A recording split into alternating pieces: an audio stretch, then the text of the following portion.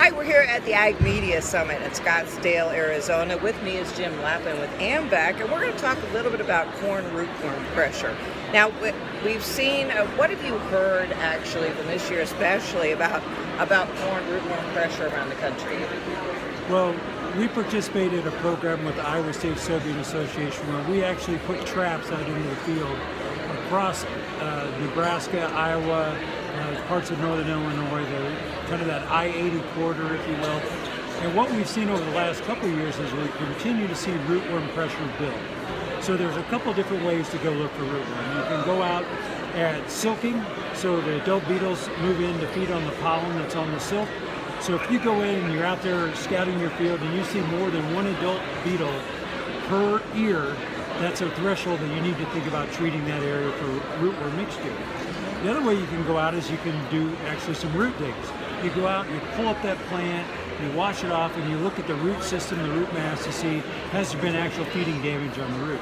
So a combination of root digs, listening to what's going on from your trusted advisor in the area. We heard a lot of stories last fall, actually growers saying, you know what, I'm running the combine and I'm having to use my windshield wiper because I have so many adult rootworm beetles. So again, it's trying to get a handle around what's happening in your field now so you can make plans for next year. So when you think about the coming season, you want to think about, well, what hybrids am I going to plant? Am I going to plant a conventional hybrid? Am I going to use a single trait below ground or a triple stack below ground? One of the things we've seen over the last couple of years and expecting in 19 is growers are using fewer triple stacks. They're trying to save a few dollars and say, well, I really don't want to pay that premium. I'm not sure if I'm going to have the pressure, so I'm going to use a single below ground trait. Well, all of the traits that are being used in the market today have exhibited resistance somewhere. Right? Not in every field, in every case, but more and more incidents of those traits not performing the way they did originally. So growers are starting to see benefits, or they've been seeing benefits, from using one of our either granular or liquid insecticides in tandem with their traits. Now for the conventional growers, it's a simple decision. If I want to protect my roots, I'm going to need to use an insecticide like Aztec HC or Counter. If I'm using a trait, then there's a decision about, well, what level of pressure might I have? What's my budget for the year? And what we're seeing is growers have more and more frequently said, I'm seeing a yield benefit from using both an at-plant insecticide and a below-ground trait. In fact, in our studies over the last 10 years, growers have been averaging close to 9 bushel advantage, and given economics of corn today, every bushel counts. So when you think about another 9 bushels by adding a soil insecticide, you're getting better overall root protection. You're also picking up some seed attacking pests that you're not getting from the traits.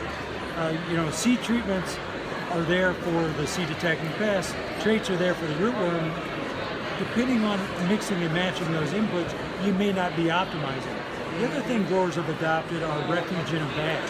So if you think about a refuge in a bag, you have a certain percentage of your plant, anywhere from 5 to 10% of your plants random in your field that are unprotected.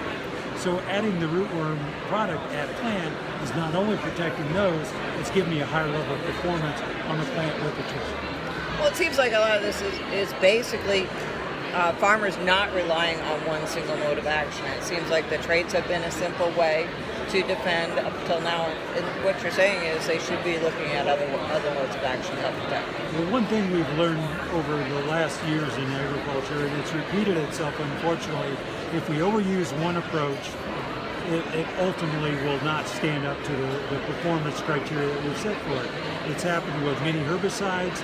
It's happened with most or all of the traits that are in the market today.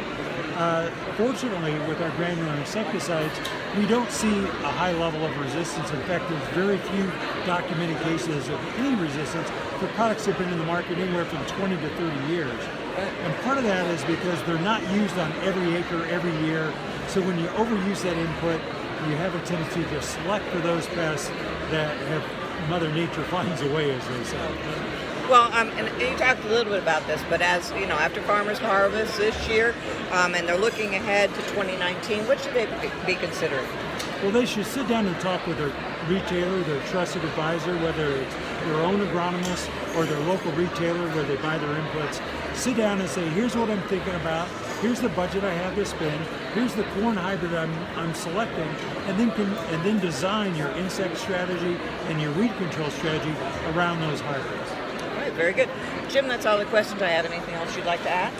Well, one thing we're doing this year is because we offer both at-plant insecticides as well as early post-emergence herbicides, we put a promotion into the market this year that will continue in 2019 called Buy 2, Save 3. So for a grower who's utilizing one of our insecticides, either granular or liquid, and uses one of our post-applied herbicides, Impact or Impact Z, Buy 2, he can save $3 per acre. Go to amvacoffers.com for details. All right, excellent. Well, that's a great way to end. Thank you very much, Jim Lappin here at the Ag Media Summit. I'm here with AMVAC. At Scottsdale, Arizona, I'm Cindy Zimmerman.